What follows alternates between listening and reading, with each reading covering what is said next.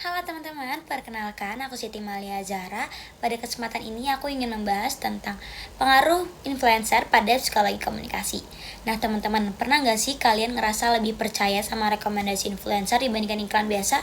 Padahal kita sebenarnya tuh tahu mereka lagi promosi aja, tapi tetap kita kepikiran buat beli. Nah di video ini aku mau ngebahas satu artikel jurnal internasional yang ngejelasin kenapa sih influencer bisa sepengaruh itu dari sudut pandang psikologi komunikasi.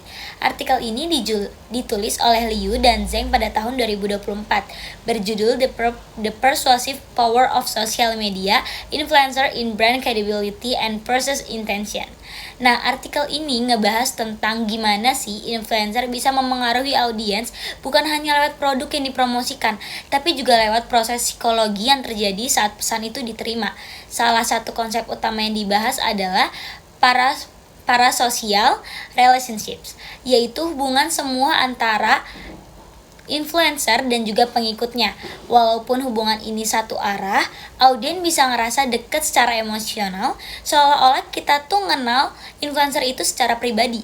Kedekatan inilah yang ngebikin pesan dari influencer kerasa lebih meyakinkan dibandingkan iklan konvensional, karena kita ngerasa influencer itu seperti teman kita sendiri.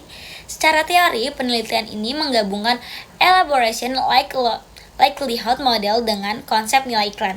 Artinya, pesan influencer itu sering diproses secara emosional melalui jalur peripheral, bukan lewat pemikiran rasional yang mendalam. Karakteristik seperti kejujuran, kesamaan nilai, dan gaya komunikasi yang personal itu ngebuat jadi faktor penting dalam membangun hubungan ini. Jadi ketika audiens ngerasa influencer itu relatable dan mirip dengan dirinya, kepercayaan terhadap pesan pun akan meningkat, yang akan membuat audiens merasa lebih percaya kepada influencer ini. Artikel ini dipilih karena fenomena yang dibahas sangat dekat dengan kehidupan kita sehari-hari. Banyak orang merasa lebih percaya pada influencer karena mereka dianggap lebih jujur, lebih nyata, lebih manusiawi dibandingkan iklan biasa. Dalam kehidupan sehari-hari, kita juga sering ngikutin influencer favorit, tahu cerita hidup mereka, dan bahkan ikut terbawa emosi saat mereka lagi senang atau juga lagi sedih. Hubungan emosional inilah yang ngejadiin dasar dari para social relationship, yang akhirnya ngebuat kita lebih ngerasa dekat sama influencer ini. Menariknya juga, artikel ini juga ngebahas konsep persuasion knowledge, yaitu kesadaran audiens bahwa mereka sedang menerima pesan persuasif.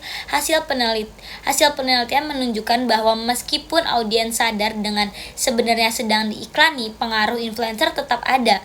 Hal ini ngebuktiin bahwa dalam komunikasi digital, hubungan emosional seringkali lebih kuat daripada kesadaran rasional.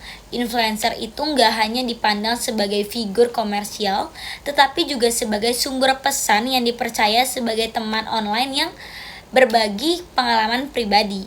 Nah, melalui artikel ini juga kita bisa memahami nih bahwa kekuatan influencer terletak pada hubungan psikologis dan terbangun dengan audiens. Pemahaman ini penting supaya kita juga bisa menjadi audiens yang lebih sadar dan kritis dalam menerima pesan di media sosial. Cukup segitu yang topik yang akan saya sampaikan. Terima kasih sudah menonton.